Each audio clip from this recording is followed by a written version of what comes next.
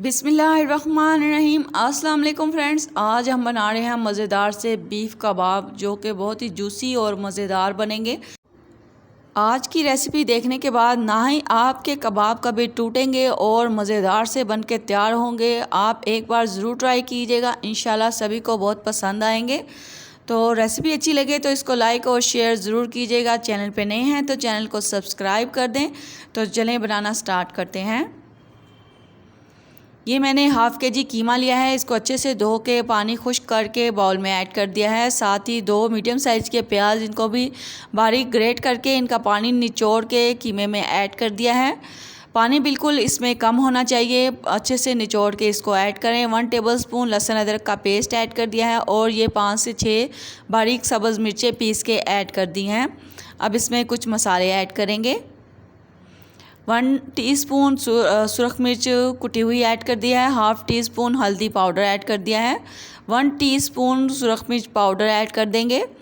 1 teaspoon भर के नमक ऐड कर देंगे। अब ये 1 टेबलस्पून सूखा धनिया साबुत है, इसको हाथ पे मसल के इसमें ऐड करें।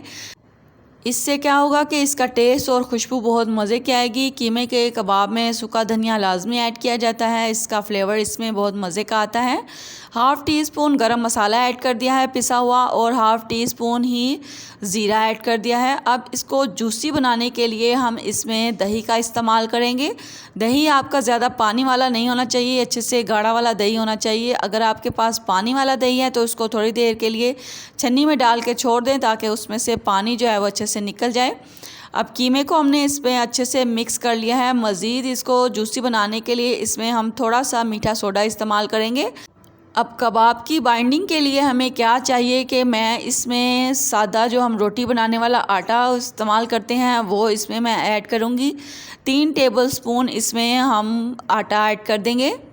आप इस आटे की जगह मैदा भी यूज़ कर सकते हैं, जवार का आटा भी यूज़ कर सकते हैं। मैं सिंपल रोटी बनाने वाला सादा गंदम का आटा इस्तेमाल कर रही हूँ। मिक्स करने के बाद इसको कम से कम आधे घंटे का रेस्ट लाजमी दे ताकि इसका मसाला है वो अच्छे से मिक्स हो सके। अब इसको आधे घंटे के लिए फ्रिज में रख दें या काउंटर पे छोड़ दें ताकि अच्छे से कीमा जो हमारा सेट हो सके।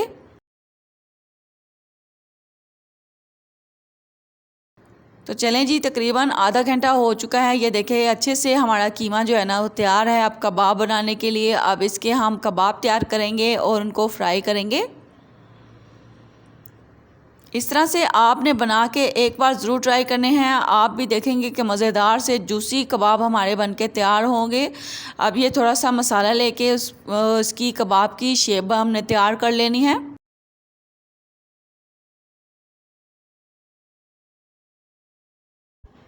इस तरह से कबाब की शेप तैयार करें। अब ये तवे पे मैं कबाब बना रही हूँ, आप इसको फ्राई पैन में भी बना सकते हैं।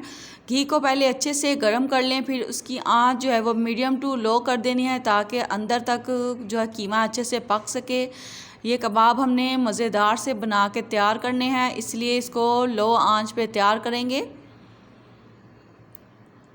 देखिए जी कितने खूबसूरत से हमारे कबाब बन के तैयार हो गए हैं। अब ये इनका गोल्डन सा कलर आने तक इसको हमने फ्राई करना है।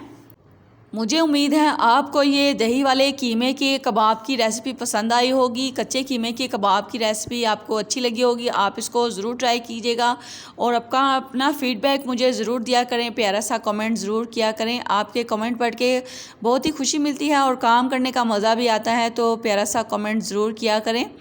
तो देखें जी प्यारे से खूबसूरत से कबाब हमने तैयार कर लिए हैं। यकीन करें इतने मज़े की इसकी खुशबू आ रही है, बिना टूटे और मज़ेदार से कबाब हमने तैयार किए हैं। ऐसी मज़ेदार रेसिपीज़ के लिए मेरे चैनल को सब्सक्राइब करना ना भूलिएगा।